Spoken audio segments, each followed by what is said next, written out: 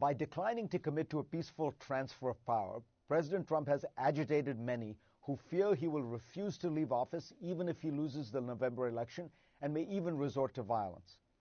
But the terrifying reality is that there are also mechanisms that are legal and constitutional that could enable Trump to stay in office without actually winning the vote.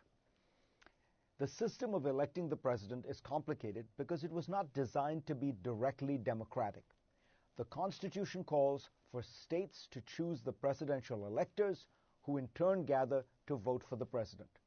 Over time, states have passed laws that ensured their state's popular vote for the presidency would determine the electors.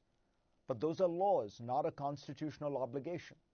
Now, imagine the scenario during election week. Trump is leading on November 3rd, but Joe Biden pulls ahead in the days following. Republicans file objections to tens of thousands of mail-in ballots. Democrats file countersuits. Taking account of the confusion, legislators decide to choose the electors themselves. Here's the worry. Of the 9 swing states, 8 have Republican legislatures. If one or more decide that balloting is chaotic and marred by irregularities, they could send what they regard as the legitimate slate of electors, which would be Republican. Democrats may object and file lawsuits. In some of those states, Democratic governors or secretaries of state could send their own slates of electors to Washington. That would add to the confusion, but that might well be part of the Republican plan. Because you see, when Congress convenes on January 6th to tally the electors' votes, there would be challenges to the legitimacy of some electors. It's possible congressional Republicans could decide that disputed states should simply not be counted. Suppose in this scenario, Michigan's votes are invalidated. That would ensure that neither candidate would get to 270 electoral votes.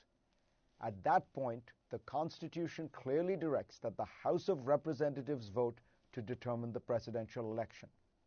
But it does so with each state casting a single ballot.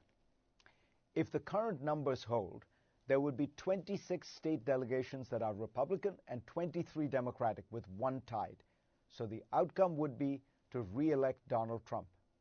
Trump doesn't need to do anything other than to simply accept this outcome, which is constitutional.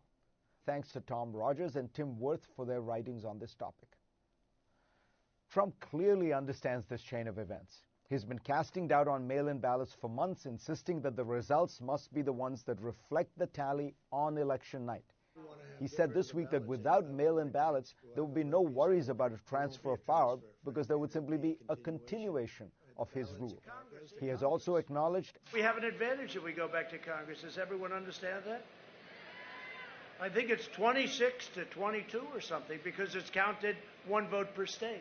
Now, for this scenario to play out, state Republican parties have to put their desire to win above concerns that all voices in their state are heard. Unfortunately, recent history suggests that most will readily make this trade. Many state Republican parties have been actively attempting to suppress votes. Just a few examples. In 2011, Texas passed a law requiring a government ID for voting and allowed gun licenses but not student IDs from state universities. Ostensibly, this was to prevent voter fraud, which several studies have shown is largely non-existent.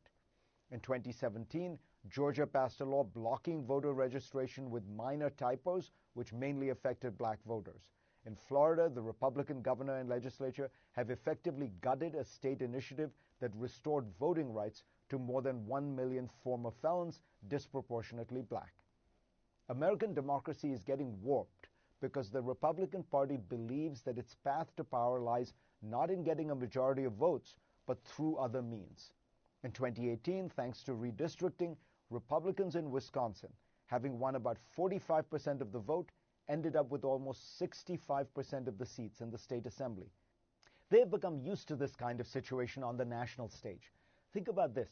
Since 1992, the Republican presidential candidate has won the popular vote only one time, in 2004, and that too in the wake of the country's worst terrorist attack and with a wartime rally around the flag sentiment. Nevertheless, Republicans have held the White House for almost half of those 28 years. America prides itself as the world's leading democracy. And yet, because of a vague and creaky constitutional process and ferocious partisanship, this November we might put on a display of democratic dysfunction that would rival any banana republic on the planet. Go to CNN.com for a link to my Washington Post column this week.